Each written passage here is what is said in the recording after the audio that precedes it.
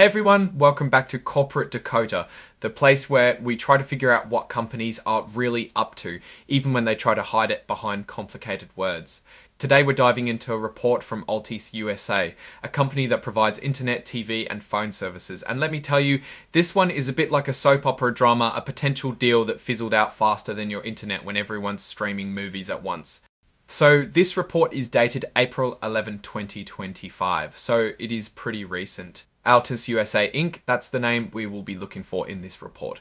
Alright, let's jump right into the juicy stuff. This report is about something called other events, which basically means anything important that happened that wasn't part of the usual business routine. In this case, it's about some talks that Altice USA had with a group of lenders, people who had loaned them money. These lenders are part of something called the Akin Pijaytihi Ad Hoc Group. It sounds very official, but it's just a bunch of people who own Altice's debt, and they hired lawyers and financial advisors to represent them as a team. The important thing to understand is that Altice was trying to make a deal with these lenders about their debt, also called CSC debt. Maybe Altice wanted to pay it back differently, or maybe they wanted to lower the amount they owed. But here's the kicker. They couldn't reach an agreement. The negotiations broke down. That means whatever Altice was hoping to achieve with this deal, it didn't happen. And according to the report, the discussions aren't continuing right now. Now, you might be thinking, okay, so what does all of this mean? Well, when a company tries to renegotiate its debt and fails, it can be a sign of trouble. It might mean they're having a hard time making their payments, or that they see problems on the horizon. It's like when you try to negotiate a lower price on something because you're worried you won't be able to afford it otherwise. In Altice's case, this failed negotiation doesn't automatically mean they're in deep trouble, but it's definitely something to keep an eye on. It tells us that they're at least thinking about their debt and trying to find ways to manage it. And that's the whole report. There is nothing else to see here.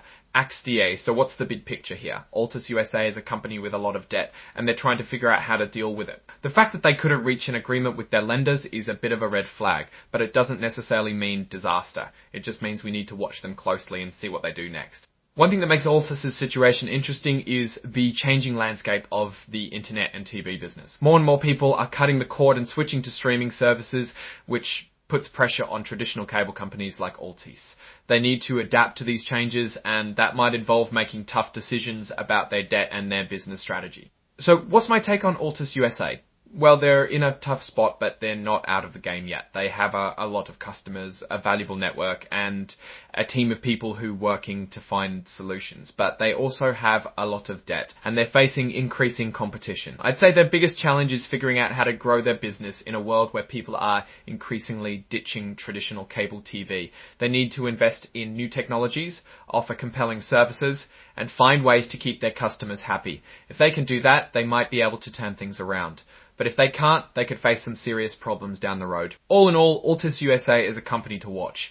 Their story is a reminder that even big established businesses can face challenges in today's rapidly changing world. And it's a reminder that debt can be a powerful force for good or for ill. Thanks for watching Corporate Dakota. If you found this video helpful, please give it a like and subscribe to my channel for more deep dives into the world of corporate finance.